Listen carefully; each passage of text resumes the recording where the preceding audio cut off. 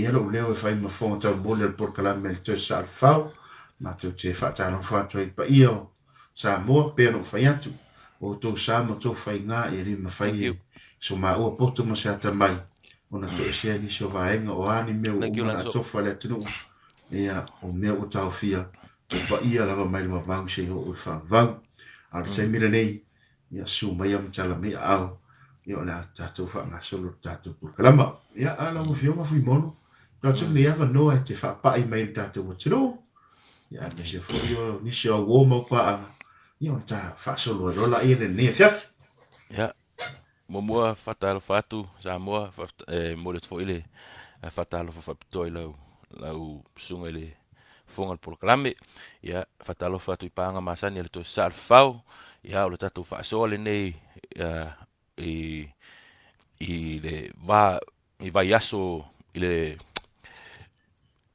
tailua vai aso mafai le tatou faasoa lenei o le i mea o loo tutupu mea sa tutupu ma mea o le a tutupu e tusa i ma si o tatou atunuu ma le tatou agaluu ma aga i fanua ia mo le foi faafetai lausuga i le tusa ma le pese lasi fanau e mai se foʻi o faamanuiaga na tusitusi mai ai ia e le tatou viewers i lenei afiafi ia ai le amata le tapolokalame thank you Lanso ele amata le tapolokalame e fia fisili foi le i tatou viewers po fe o ye le lato faatou fala inga ona o manatu i fete au mai lungo o penga te failangi fai mai le malosi o isi ta mo lo ngutu ona ta ile o lau pea ale fai mai isi se tala u pea umana tala u pea ona tale o lo ngutu e a o le pea o le tala tu tatou pusa ia fa mole send mai so request a fio mai lunga tatou faasoa faatasi o le tele o manatu e mau ai ia lelei ma o le tele fe o sulu e mau ai fi ngota a te fi fisili fo i lau sunga i le host del polokalame o fe o ia i lau to fa i le tulanga faafetai ma le faasili e malia i le vaega nei o le vaega foi le e se loo popole i ai o lou no lau taiga o le salopou a fa i kausaga o umaga'o lava o ke laei le aku'u ae o loo popolega o i le uiga o la'u faamakalaga ia e kele lava i gai vaega o ke le gakia se mea o le a'u le alo le aka o le na'au ia pe e mo'i lava o lelei le kaukala ai ai nei vaega o le aganu'u e le'i o'o i ai lo'u loa o le mafuaga tonu lava lelei o ke kaumulimuli ai le kaka lea o faamakala ko ale mele le tatou atunuu ina ua upopo fou mauga mai koga le tiktok o la'u vibe ma la'u ia ka o a'u ke fai mea malie o a'u foi o ke gago ke va'ai foi o uiga ia o ke kaumafai lave fa'afiafia se kagaka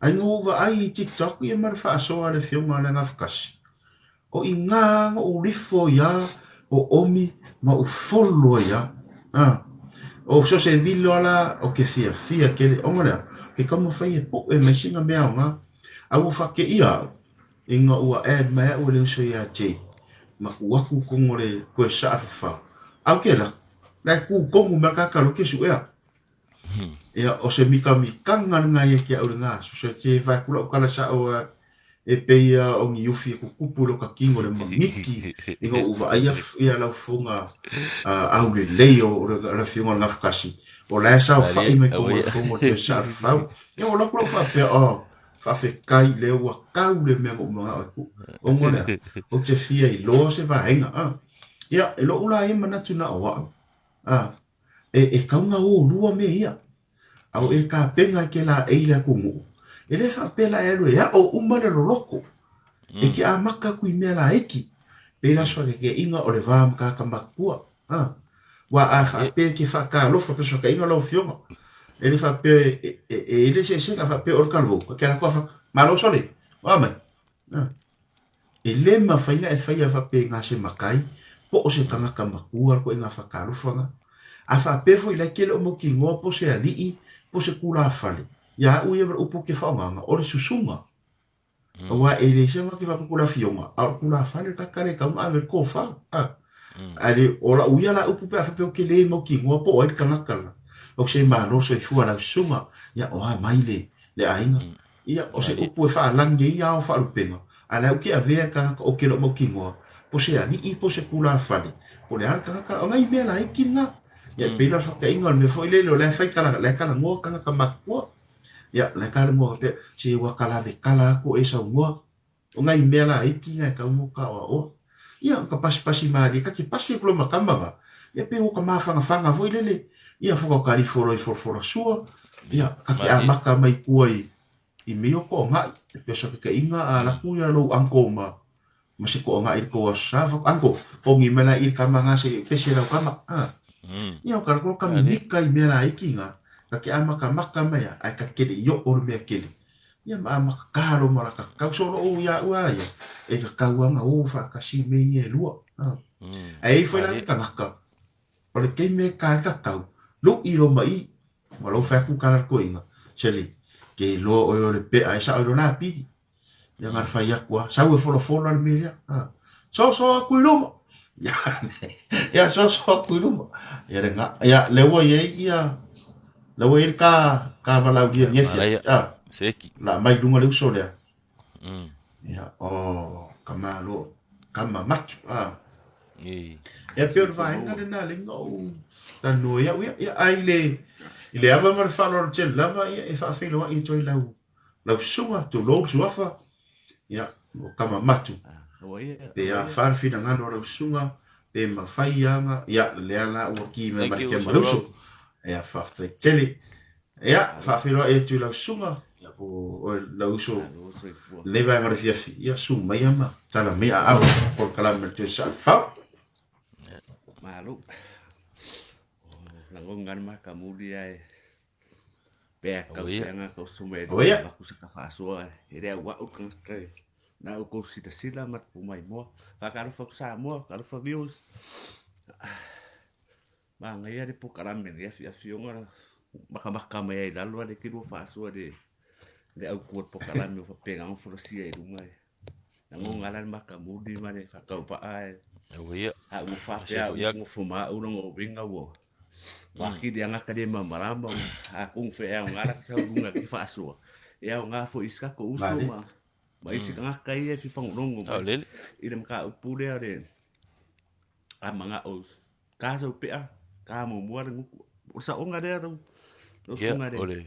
Ya. E pe o po fe o ye lo so langona ma so manatu faalia ele tulanga le ona tele isi o tata fo ele e pe feta wa ilungo le o TikTok ele nga o TikTok o le Facebook ia mai si upenga ta fai langi ono e fai mai isi o la ta maua isi fai mai se ka mu lo nguku nga kala ia le o la upea ala istanga ta fai mai se o le nga kala upea ia nga kaya kwala ia le o nguku ba u man kala upea ya ia mai se de ai se o el pe ka fao ya ele un mo se mal malama fo ile ya ele ele po fe o ye so blangona fo uso e tu sai mai ia manatu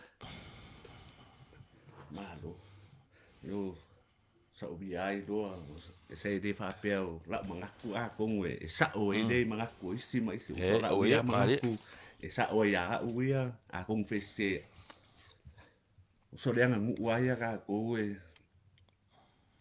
la maka mai ya bere ka maku se ka usanga sa manga o fu ka sa pe sa fai kanga ka ma ko ainga ka ia usoro ko ma o la ko ida nga manga o disi ko usonga ke ra ke ka o ko e o kanga ka ura de sa do lai mo ku fa ya so fai ko ma o mi mika me fa ko inga ka sa pe ara o bo ra va mo ka i o kala la ko ma me ke mo ka ra un ku fa ko sa ura la i ke ka o ko pe sara la uia do ira uia kanga ke fa sa o fa dan manga ku danga fa de so ya si ulai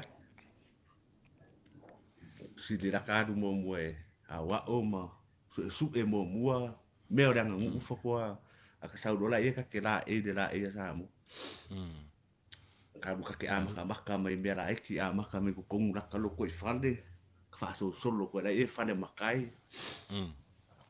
Whakwa, ia o le lua o mangaku, e au ngā fwere kāre pea, e le I kāre ngukua, o te whasao fwere dale mangaku ngā isu mea, au ngāre kāre pea, a konge korenge ma re nguku, ma roa I, au ngāre pia pea laka kingo a konga ka mamalama I mea whaima, ma isi mea, ala uiarai roa, e a ua ia, ka kau ia ka ekanga ka alu mo mua ka ke a onga mo mua pipi I makai ma alu fare makai fare ko ina ia mo wangia ka upu mang mo wangia ka mangaku ma fa ko fala inga ya ke mo fai ngoka ka lai ku kongu o bea fa pe ia ma me ranga wa ia lava lo ka mama lama lo ko I do I me ranga po kwa ka sau ro la e kala ka pe o so wianga mangaku so wianga so aku Ni. Ide Mana ia. Ma ia le. Faasoa mai uso. Kai da mo rea bango. Kai uso. Se u mai lunga ia skengi o ti. Mai foi ti o ti le wakala nga malu. Sa foi ia faasoa mai zona langona. Fai masui o komeka.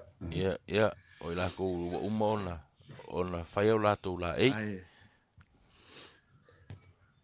Ai fa bango ku ia sa wa si refia sa lunga.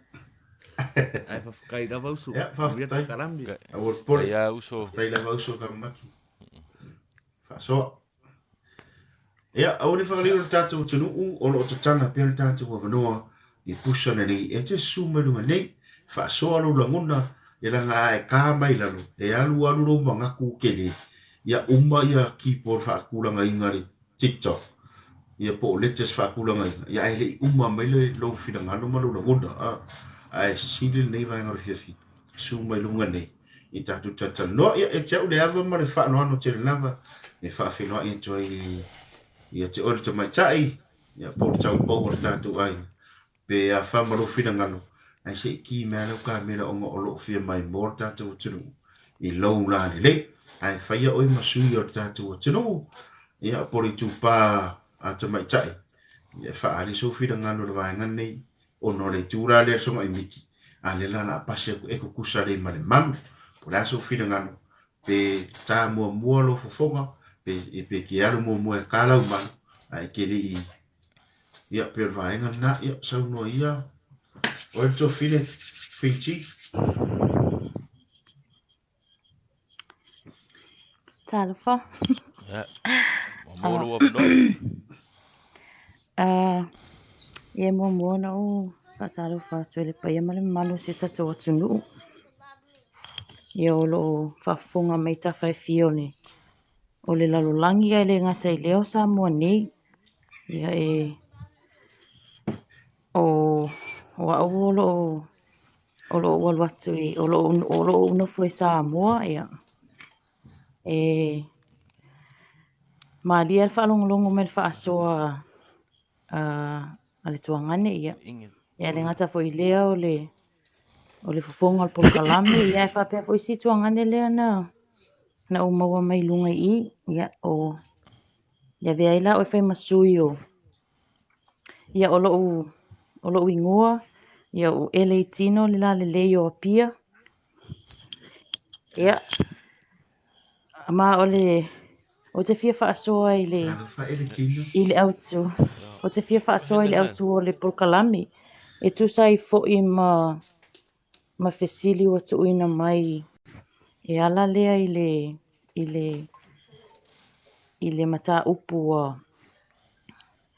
wa faasoa I langona ma manatu o le Pea Malu se tatou ATUNUU ia o lo manatu iai ia tonu o lo silafia le sunga I le host ia faapea ai le ngata I lea ia o lau sunga ngafutasi ia o au e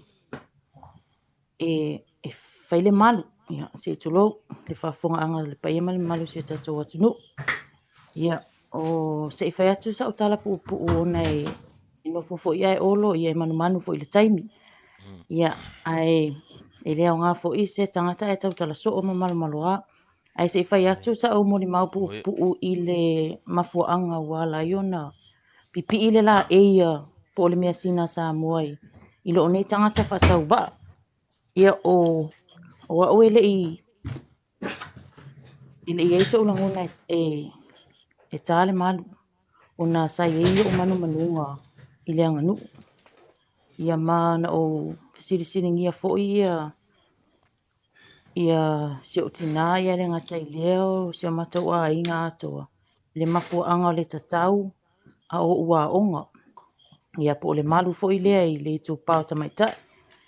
Ia na whamatala mai leo le mafua anga. Ia ma le mavaenga umai au o na whaia e le tangata Samoa. Po le tamaita i Samoa ia le ngata i leo le tu pao ali.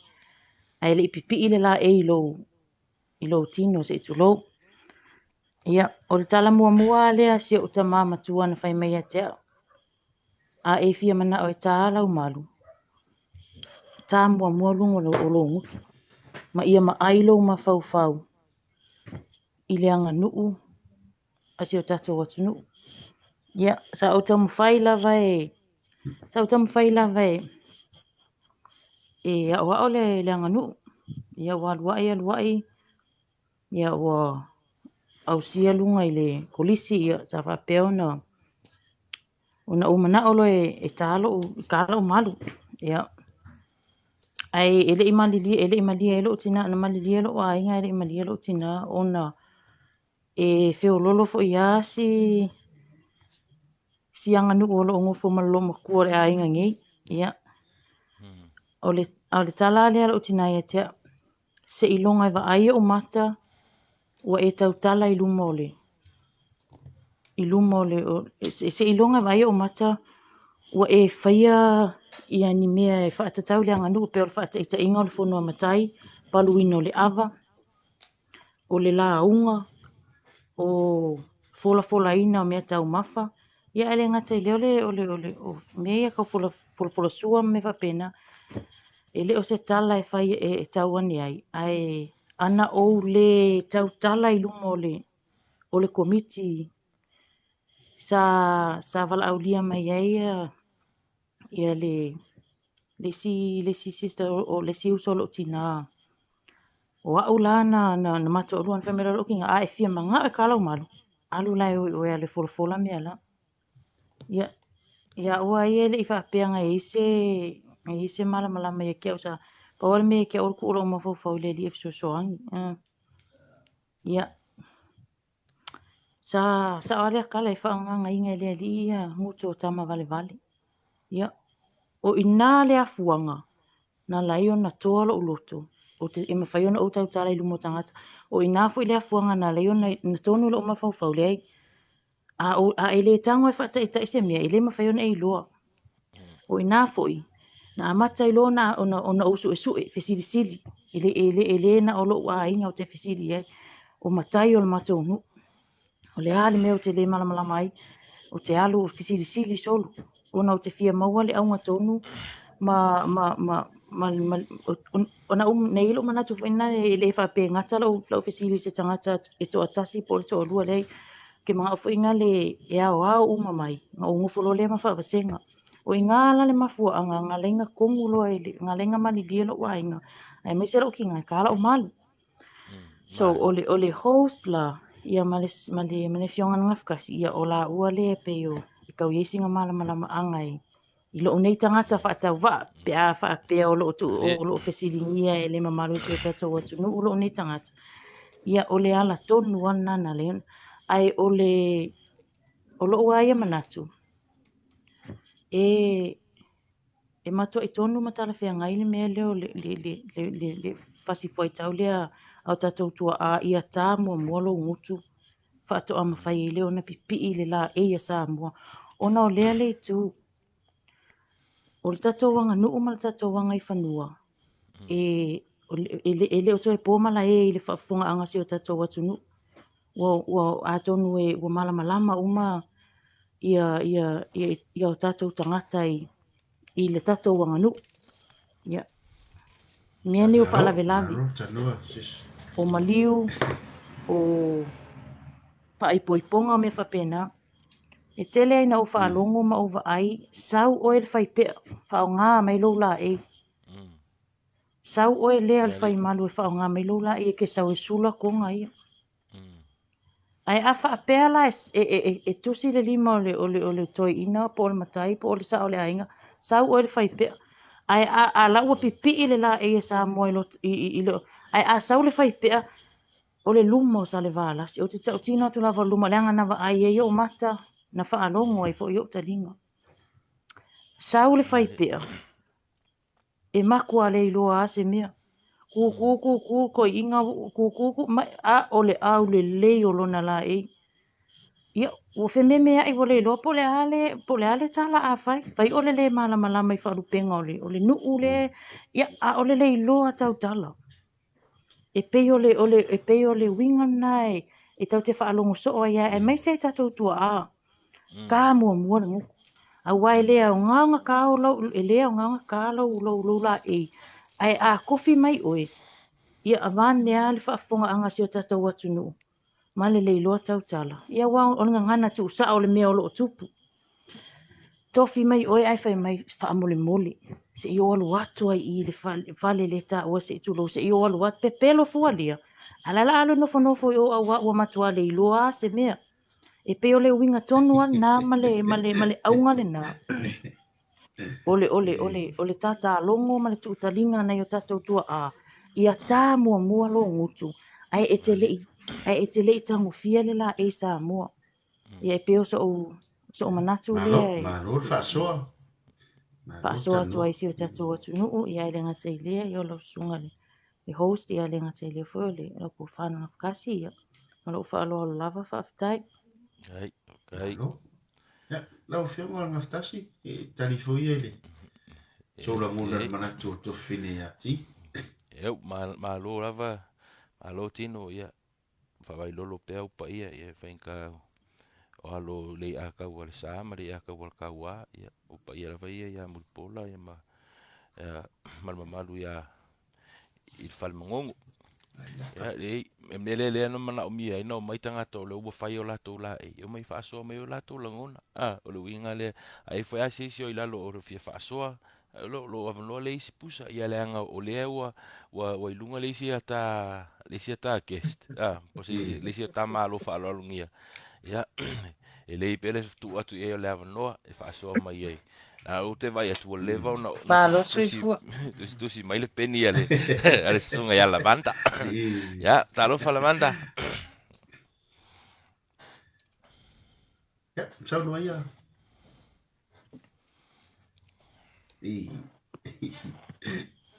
Malo soifua. Ya, langi ma. Ya, so mo lang ya ma. Ya, whaasoa mai ia, po fia o i eise motu ngā Wa afa. oki. Oi, Wa oki le i whaapea ngā a me o ki fia lako ke o ke fia o le wal e se mawhine sa wai a ko le ngā whaasoa mai le pe a Samoa. O le kaimingi, o lo ke ngofu. O le ke kau mo whai su esisi ngei, o lo ke ngiusina le kaimingi, e kau whai su esisi e ka inga le la e. O le la e. O mako i o malama le leia i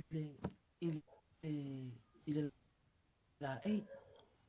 La e le a mua. La e le ale tama ia ma la e tein. O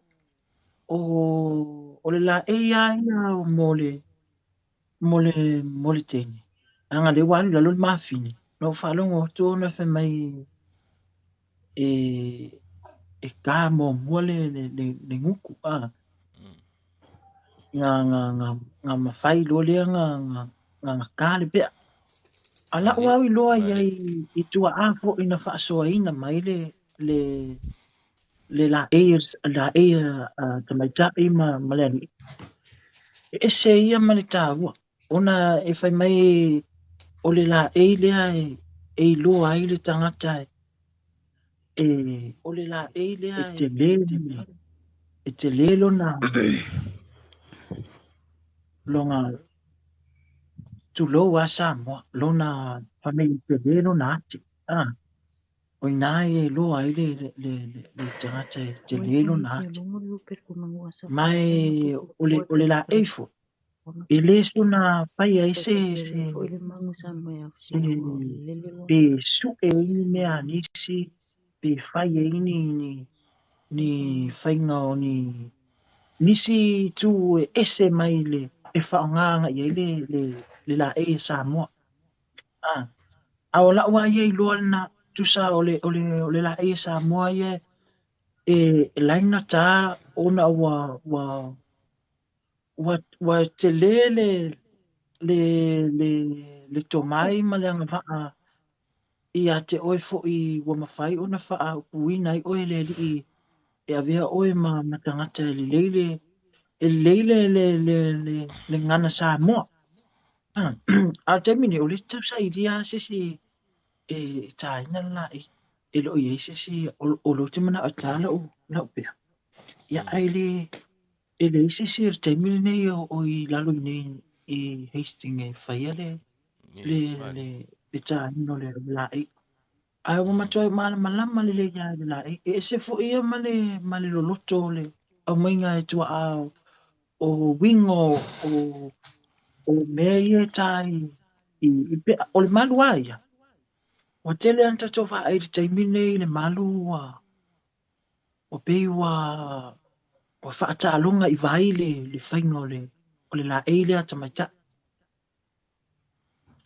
wa pe o whaonga le la eile ata maita e whai ei si kaili i tū maanga whaona po nei lewa tele anta tama ai e mo ia i le songa imiti le la eia le ali o te vai ai se ri e la te whaonga la tō songa i tono nuu e kalesia ma matulanga whapena au te maita o peia ua tono wharkalapu me whapena tawa i Samoa o whaonga ai la e Samoa le la eida te maita ai o le la eida te maita e se fo ia ma mata utia o mea nai o mo meo whafitu ma mea nai o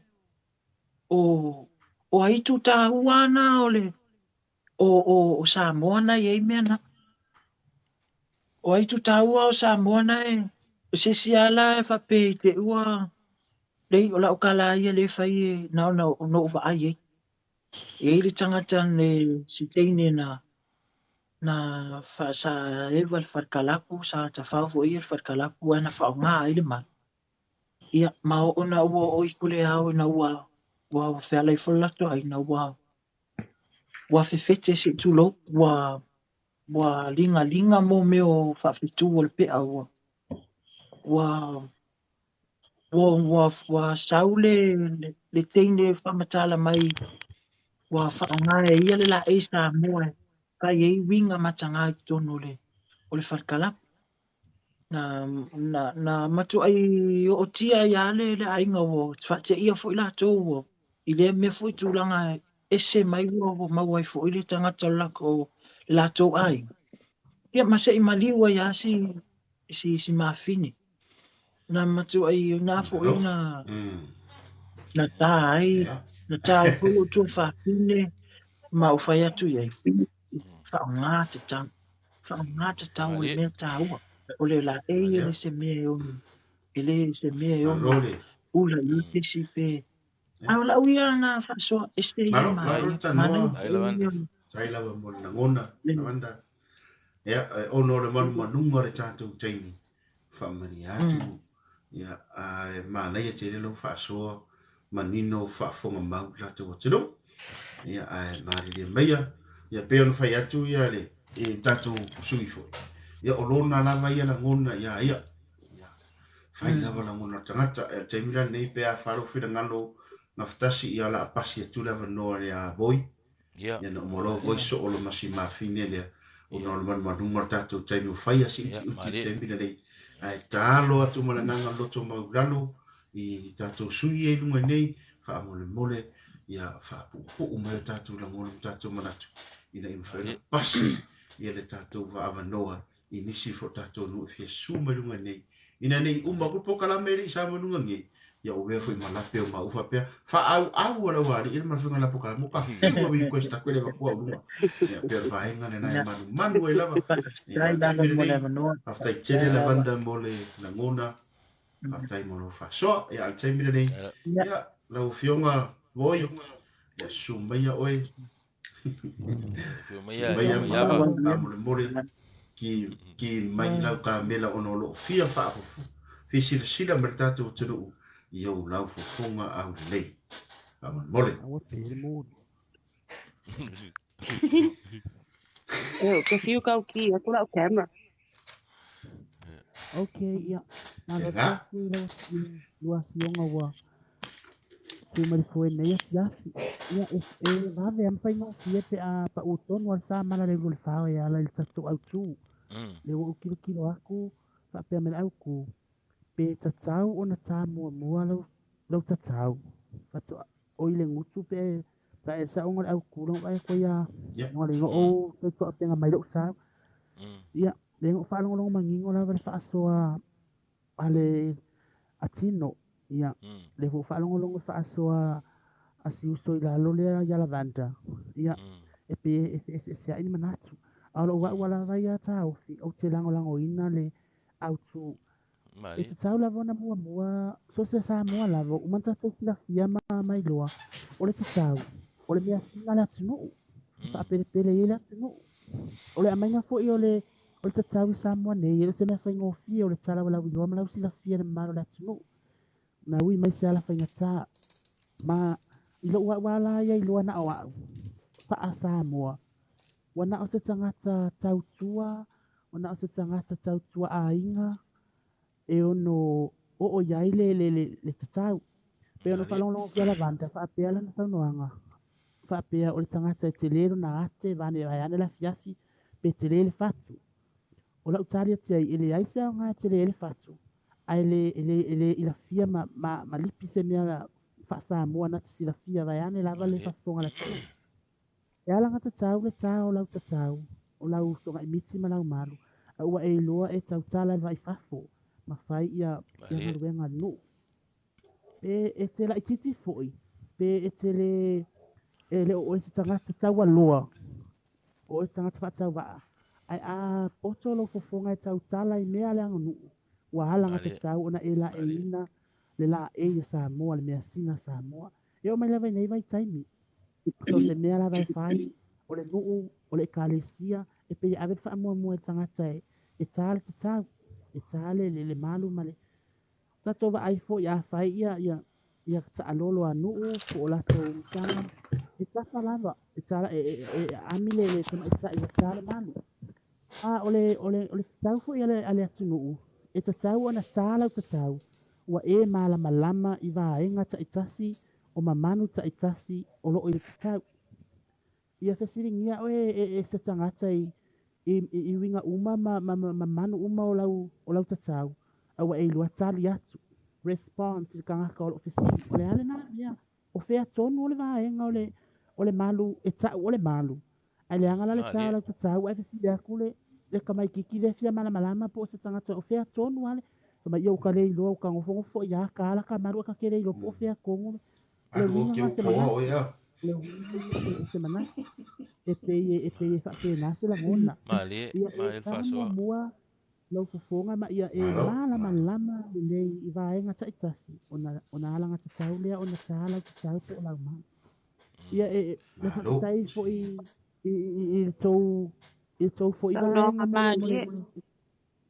mo lea fo i polokalame matango fie wai o mai uma e Faasoa la ngona ma manatu o wai ese lava ia manatu ele situsa manatu o le situsa marestanga ia na so manatu ia o lava ona e mala malama e sa wai le tala le ala tunu ia sa mua lo musu ia e ala tau tua mai na kadela mai ile o fai le ainga matanga sa matu le ainga matai ia na e sa ro la ia le e sa la umari ia e ka ku foi ai manguia fa manguia inga o ele ali fa manguia inga o ele ku e foi u pelo fonga tau tala ia fa tai mo leva no lo no tatu tai no lo tulia fa tai ko ko yo no le tatu va afsai lilo mai ava pole se te lo fui mono e sa o por pese foi le fai le kambai la kengi me am ia se o le a uolo lima after tele voi mo lo fira ngaro am ia se o le a mau lo lima Ia, tu watu lewa no ele tu fine ya taimane po taimen. Ia, Yeah. ele Faftai fasoa lava atu mo le selengono. avanoa. Ia, Thank you. Faftai lava mo le avanoa. Sorry, o kele o mwhainga ki le camera o la u. awa ia, ya I, fai ese, o kele lobe whawhenga ki. It's the first time. But o la u o ia, ngā wāru po lalo le si ulo ngā whinga le sa whaasoa mai e kusai le kūlanga le. E wi o ke si e loa pe e isonga la e. E se si o ko e isonga la e. ia, si tu fine le ya sa ilunga le fai, le sa fasoa e fai lona la e lena fasoa. Oh. Ia mānai. O lo o au manatu e tu sai male la e o le ATUNUU. E lo tato nunga o le la e le o a tato. E tu tusa lava male matai, male suafa matai. O le si tangata wa matua wa sina lo na la wao, wa fai fo ilangi fo launga. Wa halu pula ua e le pai, o nga e le tofia. A o le tangata wa fai lo na la e. E tu tusa le e fo le tangata sa e ke ia wa e ke le a mga ia inga le a inga e le ima fau inga e o i se suafa makai. Ai ke ia wa fai se fai ngā makai e se ainga ke usa wa kamai kiki wa makai mai ai. Au le stanga ka wa fiu ka kua wa makua o singa la wao. I wanga maliu e le pai se suafa makai. Fa pe ngā fo i le la ei. O le la ei. E no ka kongunga. A fa pe o e kofia. A fai o e kofia o e ke la ei le la ei o le kungu. Po o fea ke ka amilo ia. E o ale palangi wala ei le la ei. Ko mai kofia. Pea kama o ka vika. O le ale kingo ese ke o ngauso. Anga fili mea ka vika le vau. Mea le fai e la ukala. Langa le kele o ka ngaka o ka koua kungu. Ese le ka ukala sa akala leu i e wala ei le la ei o le kungu. Ai koke le o malama. I le journey they took like me. Pei o a uva ai le kaiminga i ka ngaka e la ei le la ei o le kungu. Se pe fai mai e ususu le wala pe o anga me fai. O le loko a ku ngā lai ngā ka oko i lalo langa o le mea o lua le ola ma le uki. I e o lua le mea le ula e le ka ngaka wa fiangi ka ngaka wa maliliu. E le uma le la ei. Ai mafua le anga alang ka oko i lalo le a. O le loko. Le o le kele fo ka ngaka ka e complain. Ia ngā ua whai kula o kala. A le kaimi ke ka oko i lalo e ka le au lo kingo. It's a different feeling. O ka ngaka o malo ainga malo ngafa. Wow, lo ngafa le ainga le langi malo fie. O le ngafa la ngai wha maua lunga i lo ko ke wha me melo i ai. E keu le wao lo whaku malo ma ngawa i ola. O lo wa ngawa ai e le mea. A o le mea le wha me se i kalo nguku. E iai lo ka ko ngunga o le mea ngai ke wala awa o i le atua le langi e wha nganga lo nguku. A le alo whangia i le atua lo nguku. E ke fiu e ke fia kaukala e mpungi. A o le la e, o le kangaka o kofia, kangakanga e la e, ai solo musa le au pula uhu, le mea o le complain. O la ua unga manga. Ia ai maru ave i fale se leo nge i whapia o ke ke lea ku kako mawhai. Ai ua pau lava o vai aku. E le ai lava se se o le mako i pu pau o whai aku sangkala. A o la ua unga whaasoa e kusai male la e o le aku. O ke wha me melo i ai. Sa o whainga luenga, I'll share something. Ngā lainga lui ia o e whairo la e. Sa o whainga luenga company le Sky TV New Zealand. O kai minga ilo kei Samoa ilo ki ngā. Ai olo o ngofo mo wha mau kui Melbourne e Australia. Ai sa o whainga luenga le company le Sky Television. Sa alo la le mako ka whaonga i lunga le wa ai le city. E lua la company ngā share inga le wa ai kasi. O ngela wa whaile vanga. Ai ka lo le pese wa ka wa lunga me ai ka lo le pese sa mo fai wi ule po e no menga kupu ya kia kenge o mai ai lunga le va ale te sa mons kasi al kenge palangi fai lunga la e ngama kwa yo ngofo le le lalo o fesili kenge palangi la o ese sa mo ai fa me ke o ke fesili long ko lua Au kiki lo ko esu mai lungal mga volongo no fa me ke sorry sis wo va ai ku lava ma faki o lo ko kilo mai lo ko no wala e ka ko la e fa me lang ka lang fa il finge pa lang a lo fa ya su se ku pe o ke alu sa mo ka la pe alu fing pa lang fa nga lunga mo ku pe o mai lo sa mo ka pe ai o mai sa mo e fa il ku funga elem fa ka la pe ele si se so ye ko fa fo le fing pa lang a lo fa ya so ya o le pe le nga la nga la e kenye le pa la ngi Ngali. le nga pe o ngo le mga kama le nga la ai nga lu ia ya o Samoa fa fe fe nga sa le pa la ngi fe wa i malo la e ya fe wa i pulo fa nga lo fa dia mga ku so ai le so la e Mali. that was the reason Maria. nga lu ia ya ia me nga I'm Maria so Maria. proud of being Samoan ia me nga fa alo la Seki. Faftai. Malo. Mana ia te lele faasoa lenei aso lo sunga le fonga le polokalame o mana ia ua felangu lan wai ia manatu. Ia o le afa so atu se langona ona uti le taimi ia mole sile fia le ia tatou Samoa. A tatou o ile amatanga mai o le tatou pea. Ia male malu. Ele o se mea foi lea sa faasafua i le lautele o le ATUNUU. O le malu male pea. Sa la e ina lava na o ali i tā ua o afio anga. O lato walo, ma o lato walo, o le tama o ia o le mana ia. Ma le tau pou o ia o le afafine o ngafa tau tupu ma ngafa tau tamali. O le winga o la ufamatalanga fo i lea. A e tilo fo i la e o tangata Samoa. E ese ala e o le ali. Ese la e o le tula fale. O aso ile amatanga mai ya. Ile au alo tula fale pe amale malu. Langa foi a faita alolo le ATUNUU. A faita alolo le ATUNUU. Na o alo o le tamali i e tamo mo e luma malana ni fo oti. O le manaia ma le tau pou. O le taimi foi le na. E ali ai le malu o le tene Samoa. Le taimi le o le talolo. Taimi e faatino ai ia mea Samoa. E te tau na sa o le taimi tau lunga. Fe o ye le tau pou. A fe le se tau pou na o le manaia. Sau le manaia e tau lunga mea ia. Sau le manaia e fail mele. Mua e luma. Langa fa me melo o ye ia le afio anga manuu ma ngafa a inga. I o lato tamali i o lato o ma alo ma whanau. O le winga leo la ufamtalanga fo i lea. Ai tilo fo i la, o le winga la utala i la ei. E le ma whaiuna nofo se tu la fale. Masana whanau fo i sile se tu lo o alo le tu la fale. O atu la eile, faile tuinga. Faile u la fala. Le ai. Wa mai o i o uma. O le tu la fale aia. O lana tofi, o le to ma le fue. A o foi la na pasi o maliu ma usufono le tu la fale. E tu mailo na tali. E tu le fue ma le to. Ai le fa pea na tu le to e ina le fue ma le to. Ai o la mailo na tali sau fia tuinga le tuinga.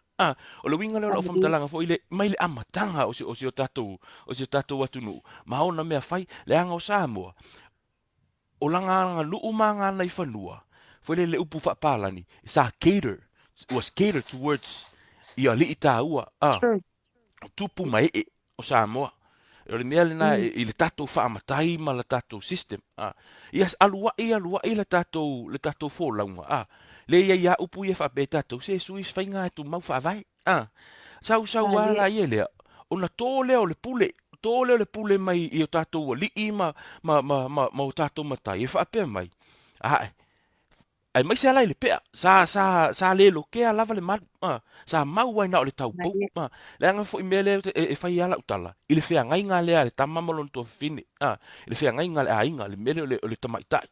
Teimine, u whaatua na i tatou i le whea ngai ngā le a inga. A le whea ngai ngā le a inga. E uma a whaatulanga i leo langa Samoa i aso ana mua. Uma loa atu o Samoa. Tua fine loa. Tamaitai loa.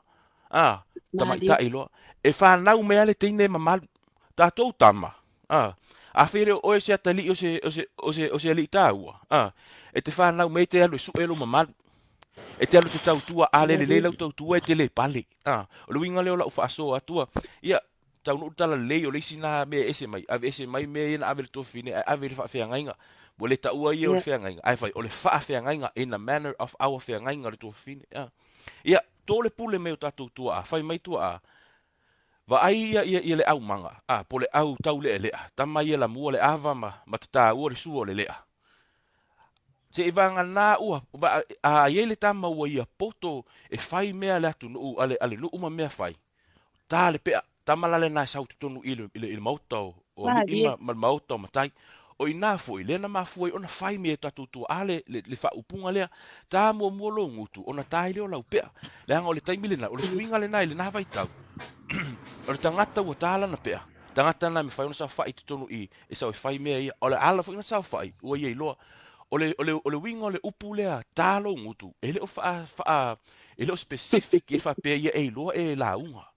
O le winga o le whamtalanga lea, ia e loa a whaiti o e tau kau kule ava, ia e loa laku lea li ka ua, ia kau kule ava, whaongale alo lo lima. A lua kua kula fale, whaongalo kua lima. Mea faapea na, mea laiti faapea. O le winga le na o le talo ngutu, ia e loa faife au. You have to understand what you're supposed to do as a Samoan young man, as a Samoan young woman. So it's not just ele na olo I loa tau tala. Yeah. Alua ile tatu fo launga. Le wo o mai aso nei. Wo so o se tama, so o se teine e fia ma mita lo na loto ma lo na fatu o ia o Samoa. Ma le tangata ua toalo na loto e mawhai o na ia ago ta oto matali le au.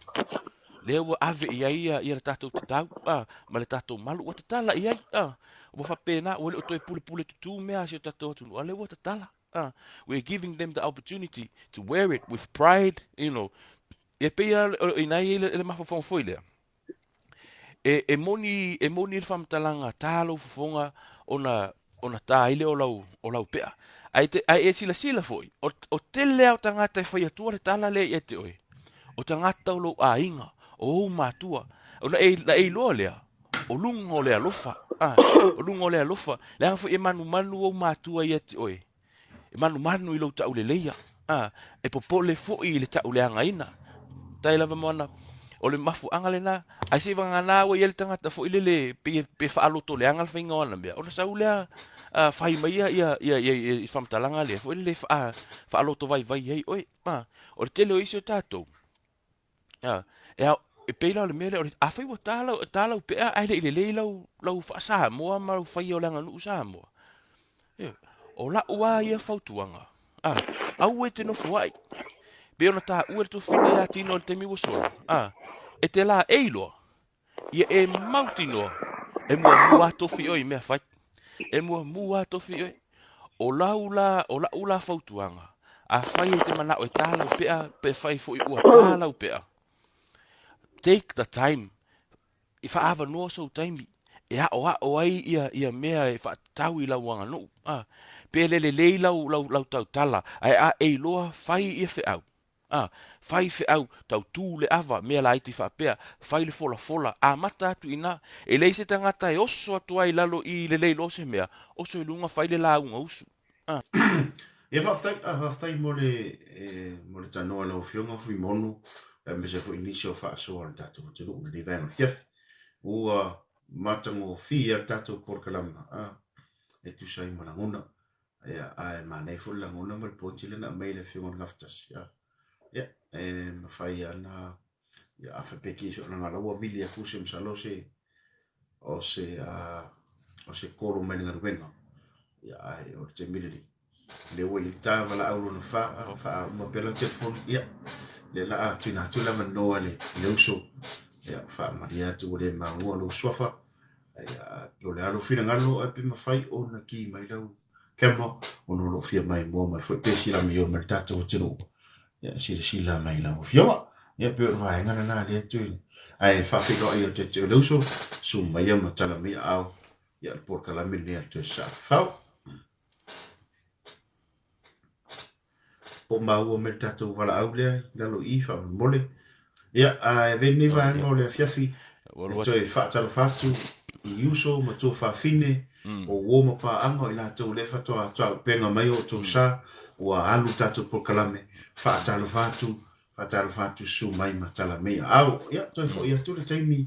Ia, Au fionga, limonu. aftai la le o to ale ta taimi o ta foi ona fai o ta polokalame ia peila o la ulea a faasoa atu ma fa mo le tatu atu no a we te tau le pua malafo. Don't judge a person, you know, give them the chance. O telo tato, you always judge, you always talk down about people. Why don't you spend that time to help them? You know, fa ngalo taimi e te fisosoani ai a fai wa e poto, a fai wa e atamai. A fai wa e si poki upu ia upu Samoa ma e si poki faingo o fe au manga luenga fa Samoa. Ya mele fa nga I lo taimi fa nga tata we lo taimi. E te fiso soani e se uso se tu fine. Olo mana o miele fiso soani. Instead of talking down to them or degrading them and why they are wearing the pea. You know, we need to stop. We need to start supporting each other. We need to uplift. We need to uplift our pea, the sisters who wear the malu. You know, help educate them. If you want to take this journey, because I know there's a lot of people who talk a lot of crap se tuloa telo tangata I tau talangutu foi e fefele out, you know, they cannot go and face the out. That's the biggest problem. So when you lakula oi fai kulo kala kakalu kale pe fai mais ka mo muro nguku ka le lo pe ka fao ai ke lo kali mer pe ai ki seli hi akau kala di se vai ke fefe ke le ya wor kau kala langa ke le o ye le mea o le winga le na lo fam talanga foi na le tatu Samoa tamo fai fole fuai luma fuai tua o le tele o isi tangata I wo tata la to pe ona fa aso fo isi taimi e flunga o le tau tua o le taimi le wo fai lunga o le tau tua e le tau te ilo le ia o tatou ainga tele o isi tangata e le ono no foi Samoa ma no foi falo matai ai o lai fai le latou tau tua a fai bole ma fai ainga ona tau ilo latou tau tua I le ave I o suafo le ainga o le isi lea, this is part of it, you know. O le ave ia o le avanoa, alu e tala u pea. Ai se o malie faasa o I lau tau tua. So this is o la uto e so atu lea. Ia ai le ona e uti la tatu taimi. Ia aftai lava tai tau I ai mafa. Tai. Ia pēr vaenga le na ia o tele mā lava pe tele na tiese vaenga. Aftai iso. Thank you so Terry. Ole tala sa ola. Ole a fionga le ngaftasi. Ia. E ta umatu lava marino au ne tena lo filengano. Ia ele ila e ila fionga le ngaftasi se la ia tato. Tino. Ai a tato faafofonga ai tala noa ia le fionga. Ele ima se suka ko ka ke ika vele pe apisa se si o ka ukafa. Ono lea, o anga ngana le mutu. Ia o ke mira lagi, ele fa msino ina ia le. Sa vari vari ato le fionga ngafkasi. E ka oko e whairunga la e. Ia ai o tātou la le ke miringi. Ia o le lui, nau faasoa atu. Tātou faasoa ma tātou o pongi la tau. Au vini tātou tau le pua malafo. Pēra o whai aku. So se ke mea kai ni mako wha idi ai whai siwa sa moa. Ai sa vabali aku mei o pe akalai o fumako. E maringi o loi maka o ke kangi ke minga. O ngolea, I'm so proud of them. Whafkairo lako loko ke kele. Man mawhainga ka o oko. E kali ki ngā rea au karo whai. Ne ki oa whamai upor pese. Ke whaalongo aku ko koe ai oki. Nga o onar ke mea lo le au ka pū kele. Ia ua wha ke kele ingare. E sasa mbere pa o le au. Ia alo whape ngā na vonga e ka oko mai au e we. Alo kapua ilo a inga no winga whafkaya le la kou. Koro pūro ko loko. E mai mause whamone mole lau sunga Terry Saka. Pe maua mai lava soua vanoa I lunga ne tātou pogapoga. Ona paulo le uso le la e le tātou la e. O te mori mawina le uso le a Terry Saka. Ia olo ia te ia le la e o le tino uso. Don't worry about Samoan, but you can speak in English if you come up here and share some thought about the tattoo. Ia ai whawhiloa e tūtawa la au lunga nei. Ia tu lo suafa. Ia fua Samoa mare tala. Ia whaman mora Talofa tātou wala au lunga tātou reina. Ma roso I fua. Ia ma rofo I le langi ma. Po e maua mai. Yeah, Tala. Malo Sefua. Oi, shit. Malo siosi. Malo Sefua. Look, my Samoan isn't too good. But So yeah, good. No like, worry, Uso. I was brought up, uh, with mum and brothers and sisters, and you know, my mum's always, spoke Samoan, and my grandmother as well. So you know, we're all well aware of what everyone's talking about. Mali. But yeah, Sorry, like, Uso. Sorry, Uso. Is that okay for you so you can turn on your cameras? Because most yeah, of our comments Oh, say, thank you, please turn brother. on your camera. They want to So, see you, please. Uso.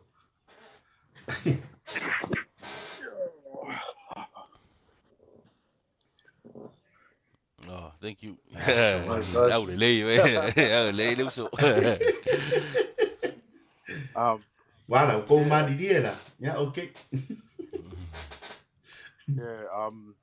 I just look. I know 100% what you guys are saying. Like with the better in that, and you know, there's like, I'm not gonna lie. There's a lot of us that you know that talk down on people that have the better and the malu, and you know, they don't ele whaiwhaleila ko Samoa. You know, they don't really know what it's about. Um, but yeah, you're 100% right. It's up to our people. You know, like it like it's we're wearing our ancestors. You know, and we should encourage one another.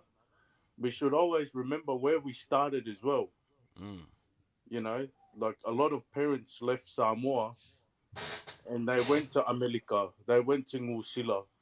You know, they they all worked hard to bring their brothers and sisters, their grandmothers and grandfathers over. You know, so so yeah, just another line of that is that we all got to sort of just stop being sort of selfish and just embrace the culture a little more. You know. Yeah, absolutely. That is that's beautiful. So I always talk with those who, especially those who live around places like New Zealand, Australia, and some Yeah. communities in America where our people still gather and the culture is almost as vibrant as it is in the islands. You know, I always encourage them. You know, if you are going to get the better, please try.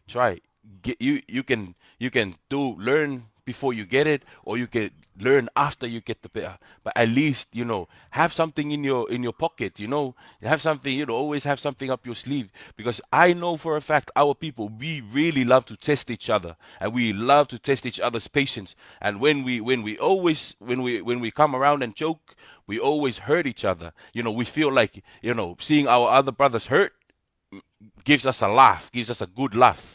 And that's something, that's something that we need to to kill off. That's a mentality that we need to kill off. And man, I can never say, for because there's a lot of people who have gone through the degrading and all this stuff by our own people, and I think we should not do that. We should help each other. So soangi lesi a o hao kako nganga mal kako anga nu matatu anga I whanua ina ia mawhai ona. We have a really unique culture, and just by wearing our pea and the malu, man, unless you've been living under a rock somewhere far away, you don't even know what that is, you know.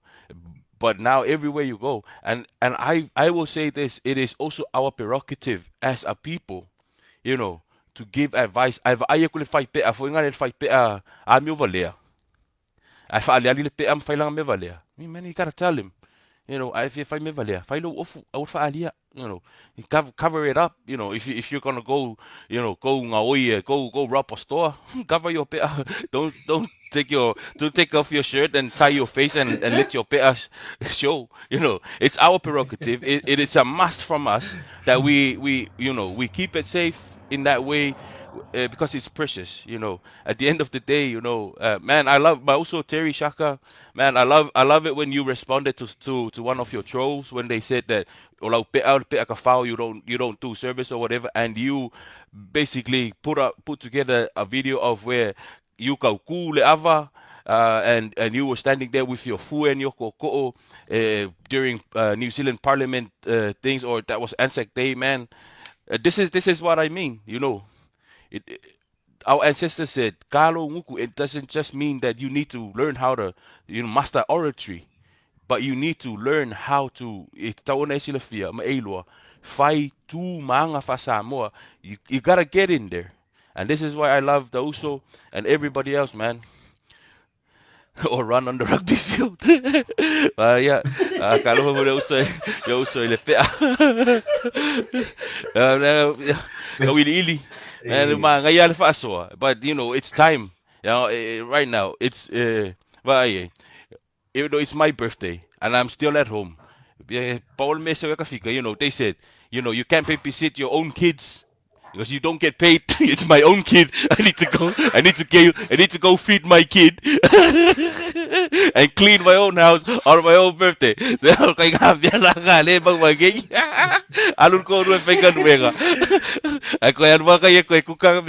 anyways, for the sake of our time, man, we can post this and we can continue again next time when we come back. Remember, next week, same time Sunday, we will talk about our Samoan history, our myths and our legends. So next week is the continuation of why the 4 papa titles of Samoa was given to Nafanua. How Nafanua, the goddess of war, got the 4 papa of Samoa. So don't miss out next week Sunday, same time, same place. But then the following week, happy, eh? Yeah, and thank you also. See. Yeah, Malo siosi fa tele lau fionga fu mono. Yeah, fa malu watu tatu tilo. Ya ono tatu temi fa tu la ngaina. Ya e popo e fo ta fi ono la fo tu ua ya tamar ai ngara fionga ya fu mono. Ya ono ofia ai si ona tali ya lo fa va no mai la ver temi de nei. Ya ono le tau fai la fa uma tatu programa. Ai fa tele ya uso tele shaka. Lo ile na ai no fa pela fai ule so ya tele shaka tatu faasoa. Ya la família uso mo le si taimi e luma. Ya ave nei taimi Samoa, ya mai mau pe ana faapea ili uti tatu taimi ya pangalia le tua fo i olo e no fo ya e olo ini so fo fuanga ya amber taimi nei ya mate fa malu watu Samoa ya olea se va enga sa faasoa ne fiafi ya just eat here and take away.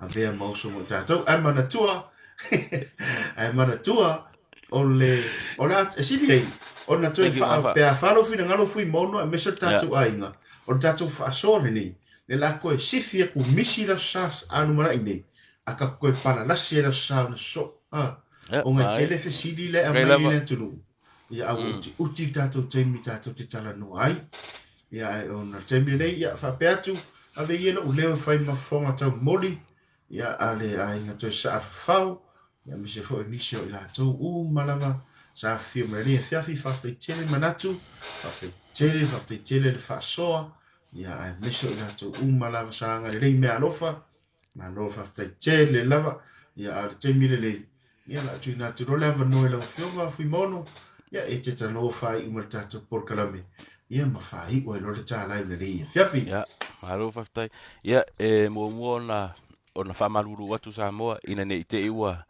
e mai tau mai i se singangana ua sala lo nei tangata fatau vaa po le tama vale i le tatou whenga iai ma le tatou wana no foai i lungo le nei upenga ta whailangi o le TikTok ia e faamalulu atu e mo ia e poto le tau tai ia le taimi e se eila natu yama ia ave fole nei taimi e te faapea tuai faafetai tele lava ia te oto uma lava na mawhaiona mo mai ava no i lungo o ma tingi pusa ia e faasoa i o to langona mo to manatu ia o felanu lanu ai ma ua matango fia le nei faasoa le nei aso faafetai tu fo ia te oto uma lava o lo i tono le tatu comment section whaftai tele lo o tau lango lo o le tap o le screen ia ma le faasoa mai foi o tau langona mai lalo i tatu comments e whaftai atu fo ia te o tau na fo ai me alofa o no lo o tau manatu mai ia te maua ma le fionga ia tau ilili po le tau whai atai mali ia e lo ia maua ni manuia ai pau la matatalo leo ai o maloto ma o maanganga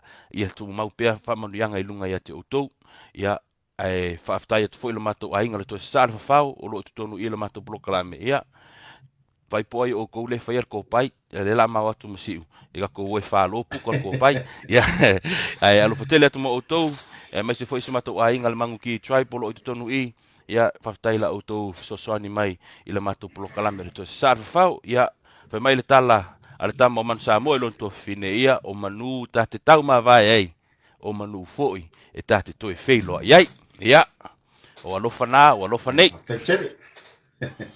Ia malo tanoa fa mo tatou tunu una na toi fa popula tu lava o le vaenga lenei o le aso tai au e le ese tatou tali ngā fsiri lenei faapea sisi e faise kari ngā fsiri mo le credit kai au le ai e le ese tatou programe le aso tai au na o le aso sanu mana nei toi turi tau mai tatou tana o le sosoina o papa e fa le na fa e le tamai tai na funua so o le tatou episode lona lua le ale a whamatana i aso sa taimi masani ia o lona lofuanga masani ia male lai masani ia mai tatou lava ia masanai lumana i naso lofua tatou tali ngā fsiri a mora taimi nei faftai tele sumai matala mai au ia o le na ia a whai eise sina e ura vale ia la mai rola la ma pingi no taimi nei a le la ka pen lai ia mai tau au na le nei Wapo liga basak. Thank you for subscribing to us. Oh, Taylor will subscribe to Finia Mau, Malaysia Freshie, that to Umbalama, they will subscribe like a channel. Yeah, or the TikTok, yeah, Famanuia, Leli, yeah, Oto, I la told they will subscribe. Ya Manuia PELE la langi ya te oto. Ya albortemine. Mai ato au lenei si ulai faapo. Ya ma le fionga ngaftasi ma te faatou fatu mo polokalame to sa fafao. So fua.